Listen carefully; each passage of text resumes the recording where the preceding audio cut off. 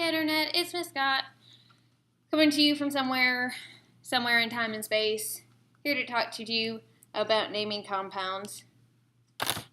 Yay! So this video is for my physical science kids. I said I'd make one for you because you have a test on this stuff coming up on Tuesday, so here you go. You're welcome.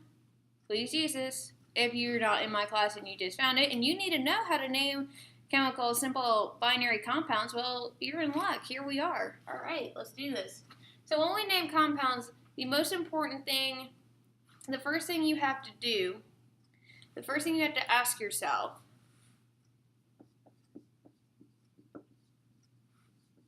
is what kind of bond type do you have? Do you have an ionic bond or do you have a covalent bond? The reason you have to do that is because there's two separate sets of rules. You can't use one for the other. What I've seen as an educator with my particular curriculum when we do this, kids tend to either want to pick one or the other. So they'll name everything like it's an ionic compound or they name everything like it's a covalent compound. And you have to know the difference. And you have to use both of them. All right? So we will start with the ionic compounds. So when we name something, we're going to be given a formula, symbols and numbers, and we want to turn it into something that we can say, that we could write down in written format. So I'm going to take let's take this. So Na2O. All right? If you've never seen a periodic table before, you've never taken chemistry, you have no idea what that means. It's just a bunch of numbers and letters, and we want to make it mean something. All right? I know this is an ionic compound because Na is a metal. It's on the left side of the periodic table. O is a non-metal. It's on the right side, even if you didn't know what it stood for. All right? Your first step in naming ionic compounds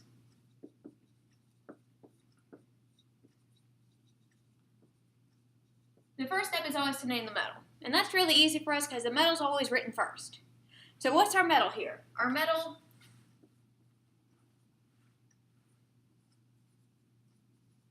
is sodium. Leave it at that. Don't touch it. All right? Our second step is to name the nonmetal and change the ending of that nonmetal to ide, IDE.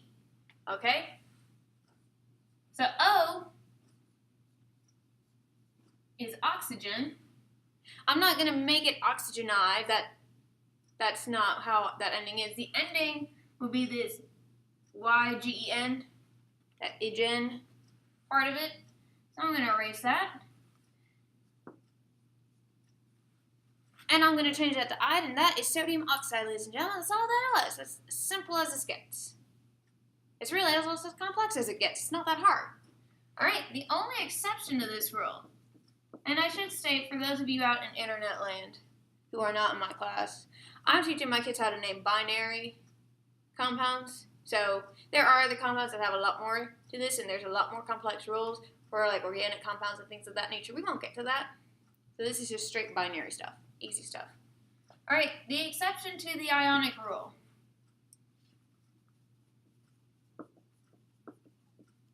For polyatomic ions, and what a polyatomic ion is, it's an ion made of many atoms, go figure. You don't change the ending. You don't need to. It's unnecessary. In fact, it would be bad because it would mean something else. To give you an idea, I live and work in the great state of North Carolina. For our kids, when they take our final exam, they always get a reference table. And on that reference table, it's got a list of polyatomic ions that you see here. So your instructor might make you memorize them. That's cool. Mine did. But if not, look at your reference table here. You'll see most of them don't end with IDE. So we have NH4+, that's ammonium. C2H3O2, that's acetate. Chlorate, nitrate, hydroxide, carbonate, all that good stuff. All right, so if we see one of these in our formula, I'm just going to name it and leave it alone. So let's say instead of this being Na2O, this was NaOH. So OH, those two capital letters tell me it's polyatomic because I have more than two atoms here. So I'm going to go back to this list, and I see that OH is right there, and that's hydroxide. So So I still follow the same setup, name that metal sodium hydroxide, and I don't need to change anything about that name, even though it does already with an ID, not the best example. But let's say it was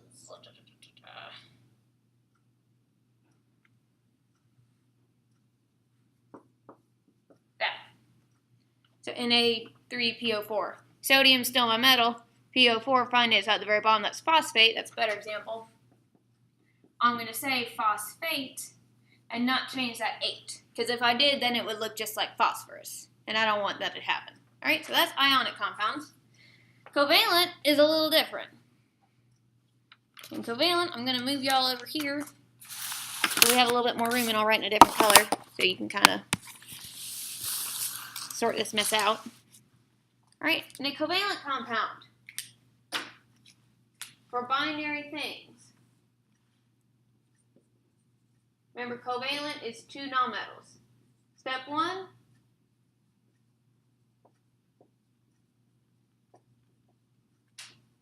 I like to kind of condense steps to make it easier on myself. So I like to name each element that's present. In this case, I'm only going to have 2 because I have binary compounds. Second, I'm going to change the very end of the second element to IDE, just like I did here. And lastly, what I have to do, new step, you're going to add any Greek prefixes needed to show the number of each atom. So your Greek prefixes, for those of you who are not versed in basic Greek, which is fine, most of us aren't, your prefixes you're familiar with, I promise you are. Mono is 1, di is 2, tri is 3, tetra 4.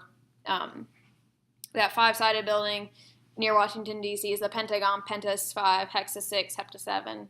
An octopus has 8 arms. Octa is 8, nona is 9. In a decathlon, you participate in 10 events. Deca is 10. Okay? So you need to know those for me. I won't give you a table or anything. I just expect you to know them. You would use that to show the number of atoms you have, and you know the number based on the little subscripts that are written. All right, so I'll give you an example. This one right here, P2O5. I don't want to go around calling that P2O5. I want to give it like a name. All right, so I have phosphorus.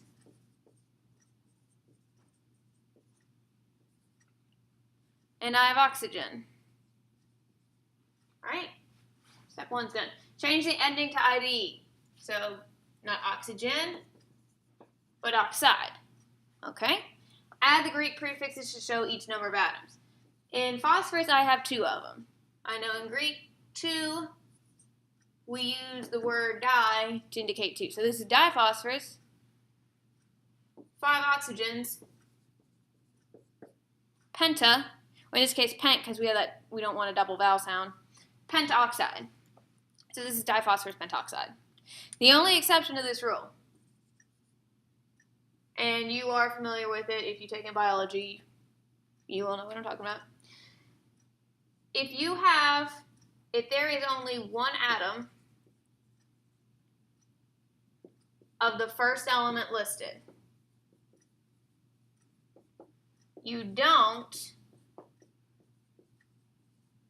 need the prefix there. And you might be like, what does that mean? What is this called?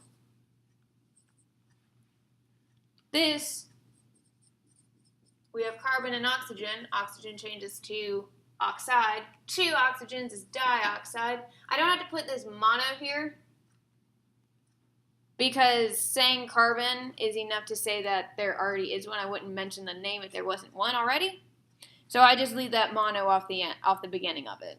That's not needed if it's the first element. If it's the second one and there's one, you need the mono. It's just a rule. All right, so this is carbon dioxide.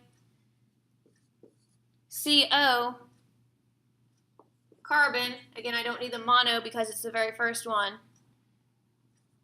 There's no number there. That means I only have one of them. But because it's a second, I am going to put the prefix mono or mon. And then oxygen, change the ending to I. This is carbon monoxide.